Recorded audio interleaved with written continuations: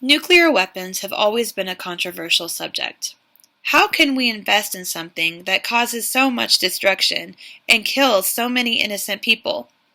Are they really necessary? But as contradicting as it may sound, possessing nuclear weapons keeps the country safe and protects the lives of not only Americans, but those living around the world. I know from first-hand experience how contentious the subject really is. But I urge you to look at this from a national security standpoint, as opposed to that of a moral one.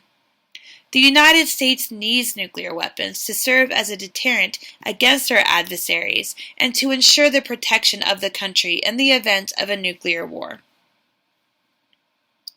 Nuclear weapons change all that by making the cost of war obvious, inevitable, and unacceptable. Suddenly, when both sides have the ability to turn the other to ashes with the push of a button, and everybody knows this, the basic math shifts. Even the craziest tin pot dictator is forced to accept that war with a nuclear state is unwinnable and thus not worth the effort, writes Jonathan Tipperman in a 2009 Newsweek article entitled, "Why Nuclear Weapons Can Keep You Safe." There is one shining example of how nukes have been used as a deterrent in the past, and that was the Cuban Missile Crisis. In 1962, John F. Kennedy was the President of the United States, and Nikita Khrushchev, the leader of the Soviet Union. The two countries had a standoff.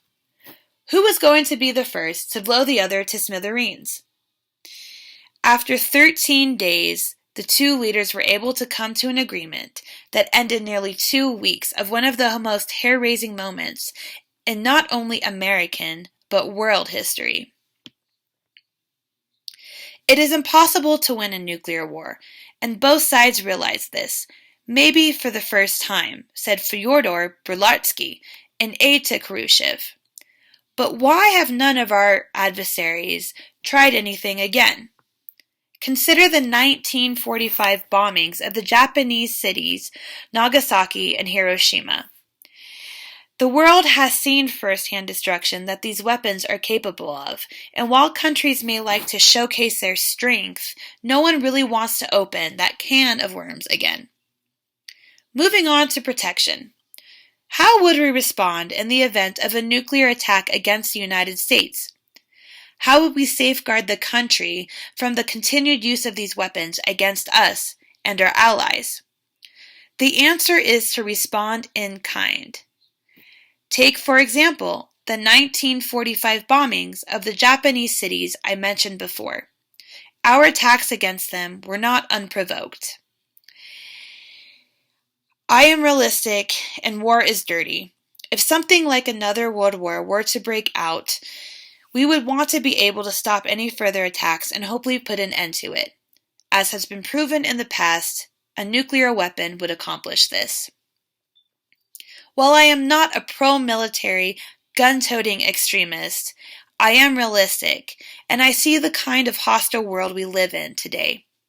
The Second World War brought our nuclear capabilities to light, and our actions put an end to any further attacks against us or our allies. The Soviets saw our unwillingness to back down in Cuba, and we have since seen no further predicaments like the one in 1962. Kenneth Waltz, the leading nuclear optimist and a professor in political science at UC Berkeley, says it best. Why fight if you can't win and might lose everything?